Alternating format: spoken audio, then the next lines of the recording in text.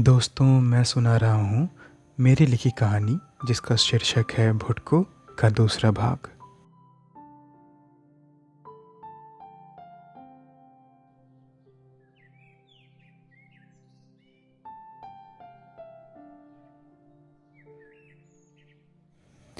भुटको और उसके बड़े भाई मोहित स्कूल से लौटकर जब घर के अंदर चले गए तब छोटा सा पपी दरवाजे पर बैठ गया।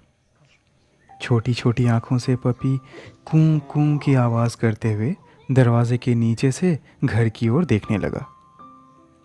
गर्म फर्श और नए दोस्त की खुशी पपी को नर्म बिस्तर सी लग रही होगी। शायद इसीलिए वह दोनों पैरों को मोड़कर अपने सर को आगे करके चैन से सो गया। अंदर भुटको ने अपना बैग सोफे पर रखा, एक जूता बरामदे में और दूसरा गेस्ट रूम के अंदर फेंक कर वो अंदर एक चेयर पर बैठ गया।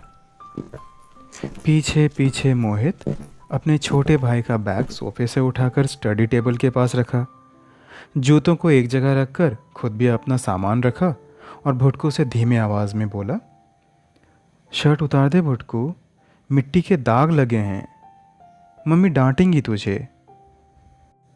भुटको उठा और आईने के पास जाकर खुद को देखा। बालों को किसी शैम्पू ऐड वाले एक्टर की तरह मुंह से फूंक कर उड़ाया और अधमिची आंखों से खुद को कुछ मिनटों तक निहारा। फिर मम्मी के चलने की आवाज़ आई तो जल्दी से शर्ट उतारकर मोहित की ओर उछाल दिया।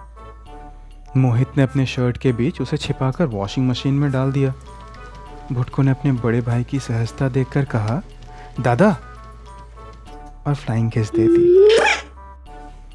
मिसेस उपाध्याय कमरे में आई तो बिल्कुल शर्लॉक होम्स की तरह दोनों को देखा, फिर पूछा, क्या खिचड़ी पक रही है तुम दोनों के बीच? दोनों मुस्कुराए। मोहित ने अपने स्कूल की सारी बातें अपनी माँ को बताई। उसने बताया कि मैथ्स के क्लास टेस्ट में उसने 47 आउट ऑफ 50 स्कोर किया था।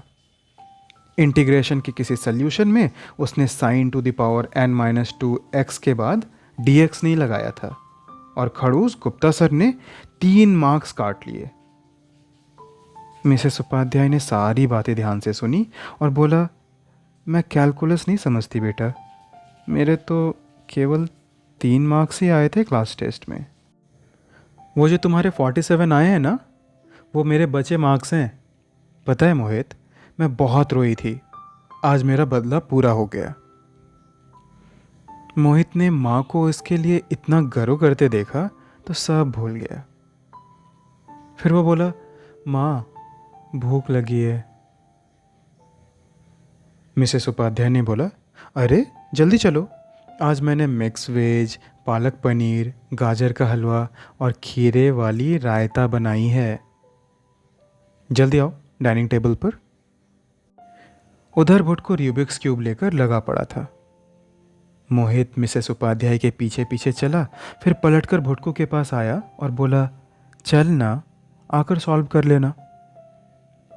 भुटको क्यूब को साइड टेबल पर रखा, फिर मोहित के कंधे पर चढ़ गया। मोहित अपने कमर को झुकाकर भुटको को उठाकर हंसते हंसते डाइनिंग टेबल पर पहुंच गया। खाना परोसा जा चुका था। दोनों भाइयों ने चेयर खींची और आराम से बैठ गए। भुटको ने अनमने ढंग से बोला, मुझे नहीं खाना ये।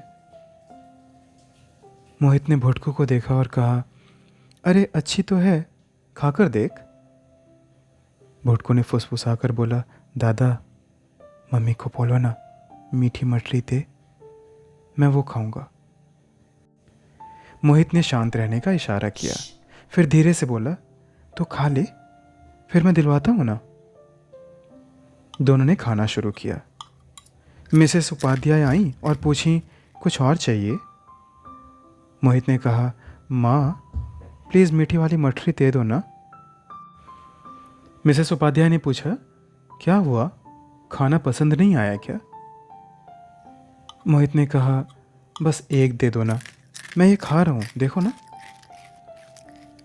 मिसेस उपाध्याय ने एक प्लेट में 2 मठरियाँ लाकर टेबल के ठीक बीचों बीच रख दी। भुटको ने यह देखकर पूरी की पूरी प्लेट जल्दी से साफ कर दिया। उसने मोहित को इशारे से कहा कि वो खाना जल्दी खा ले। मिसेस उपाध्याय ने भुटको को टेबल से पहले उठते देखा तो बोली, भुटको को खाना इतना पसंद आया और उसने खाना खा भी लिया। मोहित। मोहित ने भी अपना खाना ख़त्म किया। फिर टेबल से उठकर दोनों भाइयों ने हाथ धो लिया। एक एक मटरी लेकर दोनों कमरे में चले गए। भुटको ने अपनी मटरी पैंट के दाहिने जेब में रख ली थी। मोहित ने अपनी मटरी भुटको को दे दी। बोला, रख ले, जब वो ख़त्म हो जाए ना तो ये खा लेना। भुटको ने दूसरी मटरी अपने पैंट के बाएं जेब में रख ली।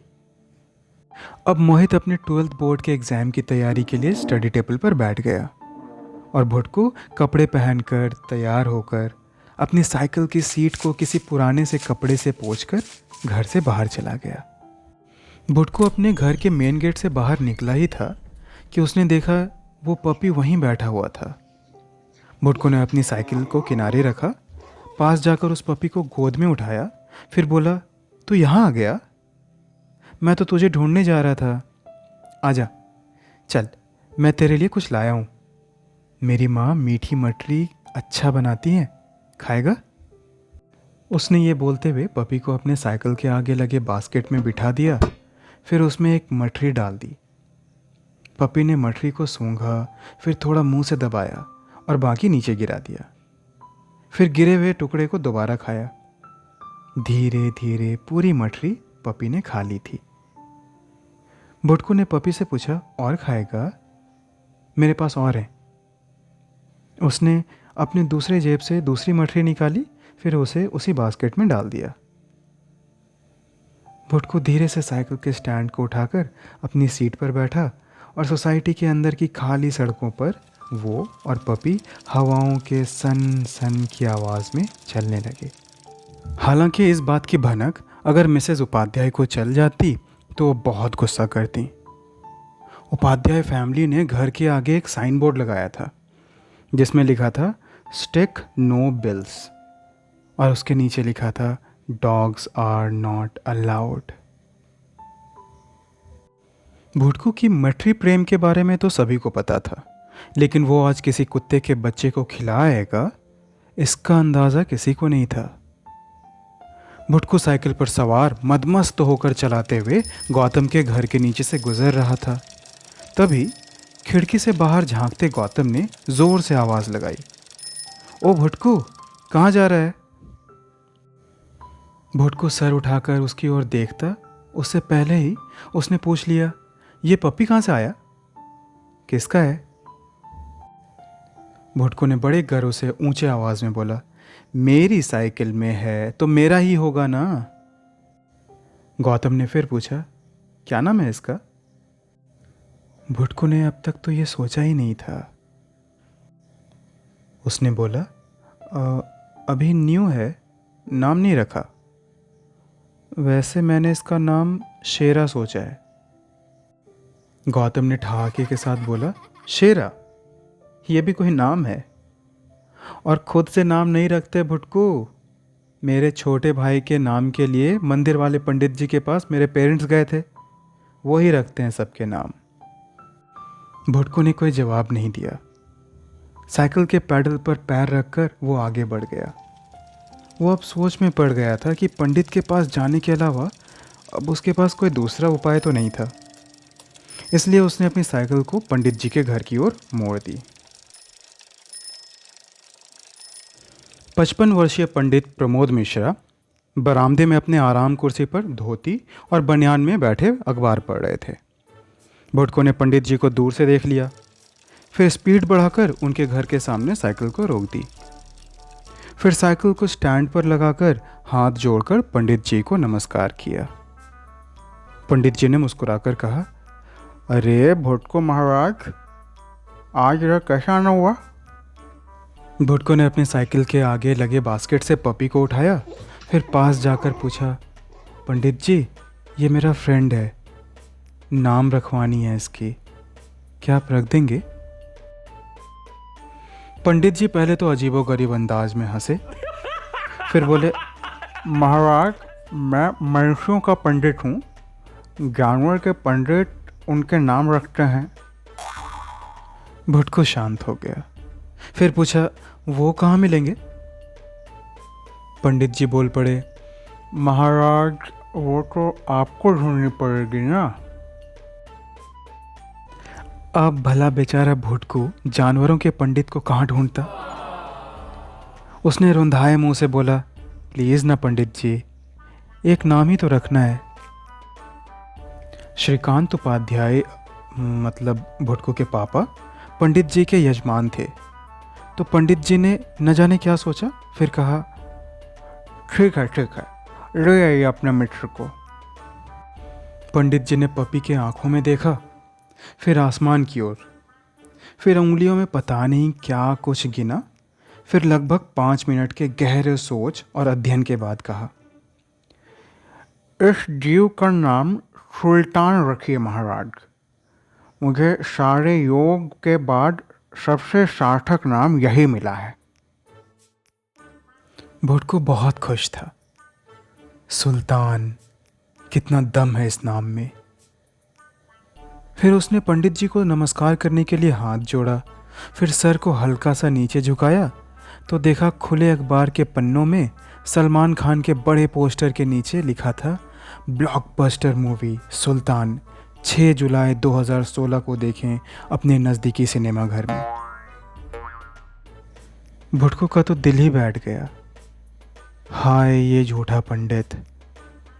भुटकू ने मन ही मन सोचते हुए जोड़े हुए हाथ को कसे हुए पंजों में बदल दिया था। बाहर निकलकर साइकिल के बास्केट में पपी को रखते हुए भुटकू ने देखा बास्केट में अब भी मठरी के कुछ टुकड़े गिरे हुए थे। भुटकू ने पपी की ओर देखा और फिर कहा, आज से तेरा नाम मठरी। मुझे तू भी तो बहुत पसंद है। भुटकू ने पपी को देखा और पपी ने भुटकू को।